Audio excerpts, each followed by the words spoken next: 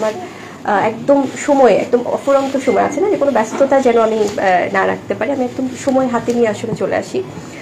ভীষণ ভালো লাগে এবং গত 4-5 বছর ধরে আমি আসলে এই সময়টা বের করে এই মানুষগুলোর সাথে আসলে একসাথ হই। কারণ আমার জায়গাটা থেকে তো আমি সবসময় সহযোগিতা করা বা পাশে থাকা এই ব্যাপারটা তো আমি চেষ্টা করি, কিন্তু বিদ্যানন্দ এত সুন্দর কিছু উদ্যোগ নেয় যেটা আমি বরাবর খুব প্রশংসা বা খুব অ্যাপ্রিসিয়েট করি। কারণ এই যে এতিম বাচ্চাগুলো, আমি বলবো এতিম শব্দটা না আমার কাছে কেমন যেন লাগে, কারণ আমরা সবাই ওদের পাশে আছি।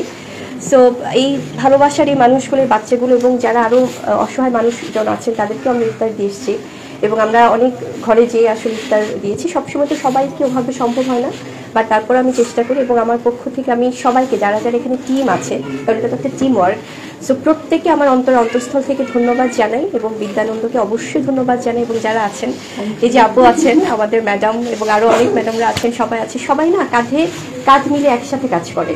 এই যে একটা ইফতার করানো বা সবাই একসাথে খাওয়া বসে, এটা আমার মনে হয় কি সবাই মুসলমানরা যখন আমরা মুসলমানদের পাশে থাকি তখন আমাদের শক্তিটা আর অনেক গুণ বেড়ে যায়। সো ভীষণ ভালো লাগে, তা আমারও খুব ভালো লাগছে বরাবরের মতোই। সো আমি চাই সবসময় এই আনন্দ ভাগাভাগি করে নিতে। এই অনুভূতিগুলো না ভাইয়া আসলে প্রকাশ করা যায় না। আমি তাদের চোখে যে আবেগ দেখি, তাদের চোখে যে ভালোবাসা দেখি, এবং সেখানকার আছে না যে খুব পরিবেশটাও তো একটু অন্যরকম ওই জায়গাগুলোতে, মিরপুর যেই বস্তি যে জায়গাগুলো বা যেখানে, ওখানে হয়তো সবাই অনেক কষ্ট করে থাকছে, বাট তারপরও যে তারা আমাকে চিনছে বা তারা যে কাজগুলো দেখছে, মানে এটা যে কত বড় পাওয়া। এবং এই ছোট ছোট বাচ্চাগুলো তারা যখন আমার সিনেমার নাম বলছে, মানে মনে হয় কি আসলে এই ভালোবাসার মানুষগুলোর জন্যই তো কাজ করা। এবং আমি বরাবরই যেটা বলি, আপনারা যারা আছেন ভাইয়া, সাংবাদিক ভাই বোনেরা, আপনারাও কিন্তু ইফতারের সেই সময়টা আমাদের সাথে দৌড়াদৌড়ির মধ্যে ছিলেন। ওখানে এই রাস্তাগুলো হয়তো বা খুব একটা স্মুথ না, বাট আপনারা এভাবে কষ্ট করে, আজানের সময় হয়ে যাচ্ছিল, তারপরে সবসময় আমাদের সাথে এভাবে ছিলেন, আছেন।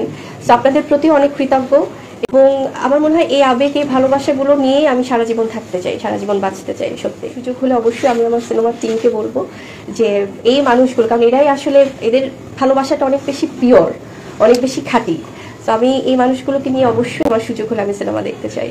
পরিবারকে অবশ্যই সময় দিই। এই রমজানের সময়টা আমি বরাবরই খুব একটা কাজকে আমার মনে হয় যে একটু পাশে রেখে, আমাদের অনেক সময় হয়তো সিনেমার রিলিজ থাকে, হয়তো ঈদের একদম 11th আওয়ারে কিছু কাজ থাকে, সেগুলো বাদে আমি, বা কিছু এক্সক্লুসিভ শ্যুটও থাকে ঈদের সময়, বাট আমি চেষ্টা করি খুব কম করতে, যেন পরিবারকে সময় দেওয়া হয় এবং আমার এই পরিবারগুলোকে যেন সময় দেওয়া হয়।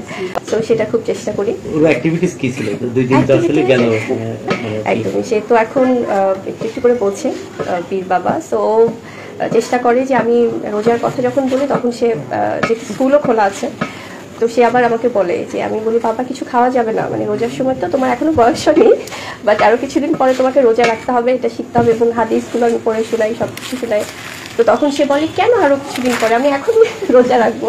সো ছোট বাচ্চারা যেরকম করে, তো ওটাই আসলে সবাই মিলে তো একসাথে পরিবারের সকলে মিলেই ইফতার করি, তো খুব আনন্দ হয় আসলে সময়গুলো, মনে হয় এটাই জীবন। বাবা তো এখন দেশের বাইরে, আসবে খুব শীঘ্রই। অবশ্যই খুব একসাথেই বাবা ছেলে মিলে এবং দাদা দাদি মিলে সবাই, ফুপা ফুপি সবাই, প্রত্যেকে আসলে পরিবারের বা নানা নানি, মানে পুরো পরিবার সহই তো আমরা একসাথে ইফতারটা করি। তো চেষ্টা করি যে এই পারিবারিক বন্ধনটা যেন সবসময় থাকে। স্পেশাল আইটেম আছে নাকি ইফতারে যেটাও একটু পছন্দ করে? সে জিলাপিটা খুব পছন্দ করে, চিকন জিলাপিটা ভীষণ পছন্দ করে, ভালোবাসে, খেজুরটাও ভালোবাসে। তো একটু একটু করে সবকিছু ট্রাই করে। তো এটা আবার হাতে বানানো দেখা যায়, পায়েসটা খুব খায় এবং মাশাআল্লাহ সবকিছুই আমি বলি যে একটু একটু করে বাবা ট্রাই করতে হবে। আপনি যখন বের হন, যদি আসতে চাই তখন কিভাবে সন্ধান হচ্ছে?